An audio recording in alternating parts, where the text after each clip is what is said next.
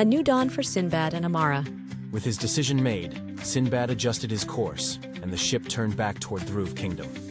The voyage was a quiet one, filled with reflection and anticipation. Sinbad spent much of the journey contemplating how to approach the king with such a delicate matter. Upon arrival at Dhruv Kingdom, they were met with great fanfare. Princess Amara's safe return was celebrated, but the weight of their private mission hung heavily between them.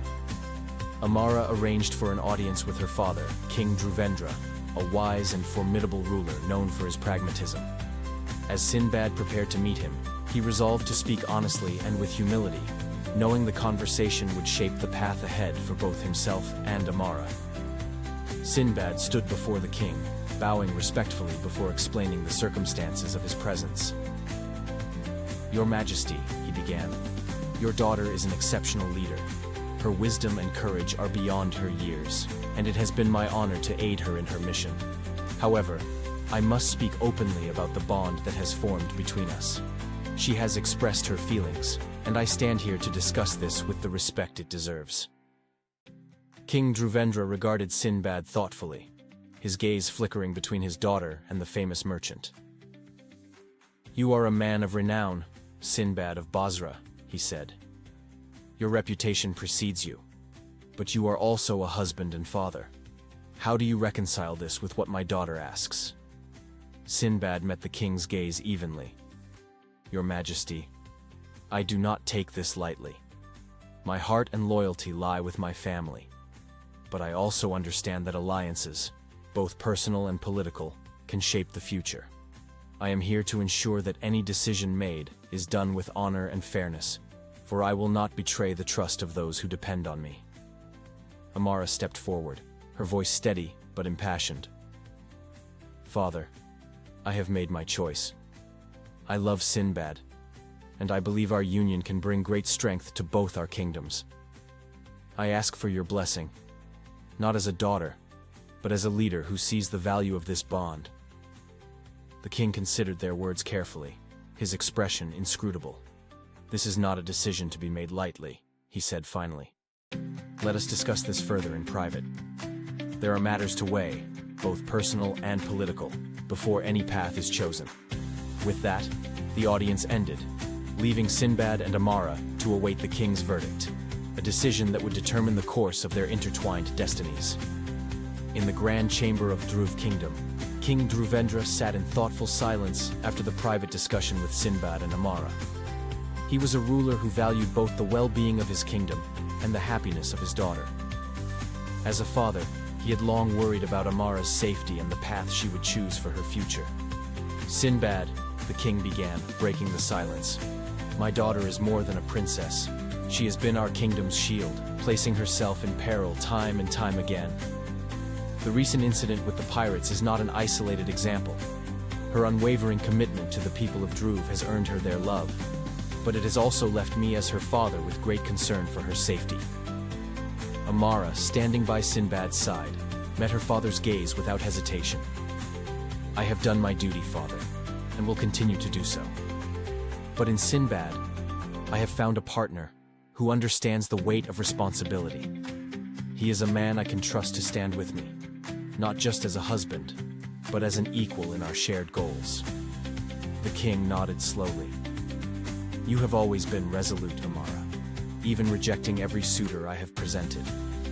But now, for the first time, I see in your eyes not just determination, but hope."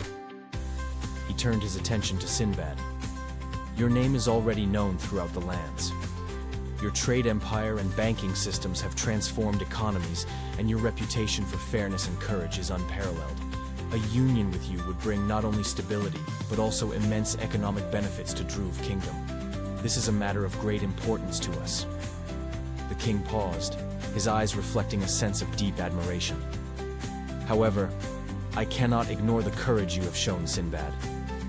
Your swift defeat of Karzan and the way you protected my daughter not only speaks of your strength, but also of your resolve to stand as a true protector. With that confidence, I believe you will guard her from any dangers that may arise." Sinbad inclined his head in acknowledgement. "Your Majesty, I understand the responsibility I bear. Amara has fought tirelessly for her people, and I am honored to share that duty with her. Her safety will always be my priority." The king gestured to an elderly man standing to his right, the royal astrologer. "Our astrologer has examined Amara's fate. He confirms that this bond aligns with the stars. Your paths, though distant, were meant to intertwine. The heavens themselves favor this union." King Dhruvendra continued, "I have seen how Amara thrives in your presence, and in your wisdom and strength, I see a future of stability and peace. Thus, I relinquish her from state duties and place her into your hands. You will be her guide, her protector, and her partner in all things." Amara's eyes glistened with gratitude. "Father, your faith in Sinbad and in this union is all I could ask for. I will continue to serve our kingdom in the ways I can, but now, by his side, my heart is at peace." The king rose from his seat, his voice strong and commanding. "Let the bond between Sinbad and Amara be a union of not just love, but one that strengthens our kingdoms and serves as a beacon of hope for generations to come." The announcement of the union was met with mixed reactions across the kingdom and beyond, as news of the famous Sinbad of Basra taking a second wife spread quickly. Sinbad, true to his nature, ensured that his family in Basra was informed first. He knew the challenges this decision would bring, but he was committed to upholding his responsibilities to all those he cared for.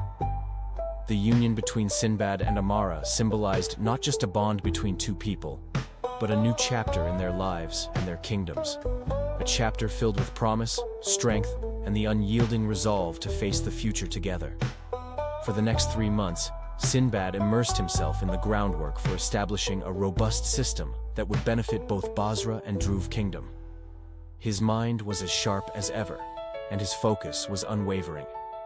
He meticulously arranged the establishment of a bank system, real estate company branches, and a trust to oversee the well-being of Dhruv Kingdom citizens. Sinbad carefully selected managers for the bank, real estate ventures, and an overseer for the trust that would ensure smooth operations and support the families of needy people, sailors, and merchants. His goal was to create a sustainable system that extended beyond mere profit, offering stability and prosperity for all involved. With the remaining goods he had secured during his trade ventures, Sinbad sold them at a minimal profit to merchants within Dhruv Kingdom.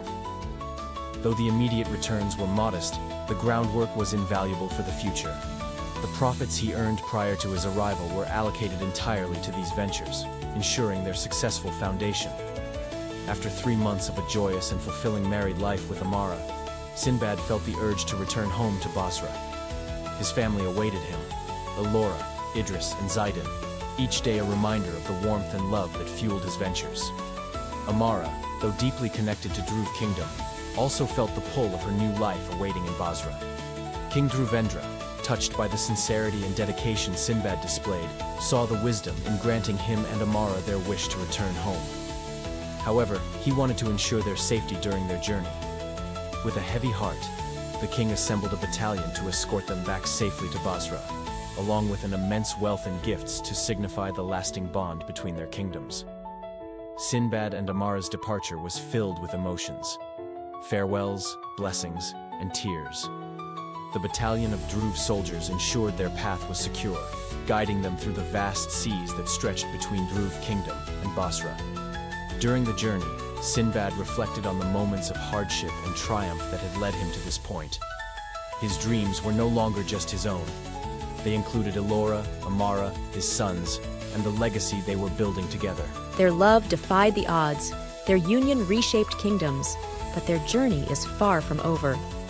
As Sinbad and Amara set sail toward Basra, new challenges await, and the past is never truly behind them.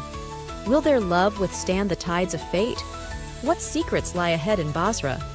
A new chapter begins, but at what cost? Don't miss the next thrilling episode. Like, share, comment, and subscribe to follow Sinbad's epic saga, only on Videon. Until next time, adventurers, may your sails be strong and your hearts be brave. See you on the next voyage.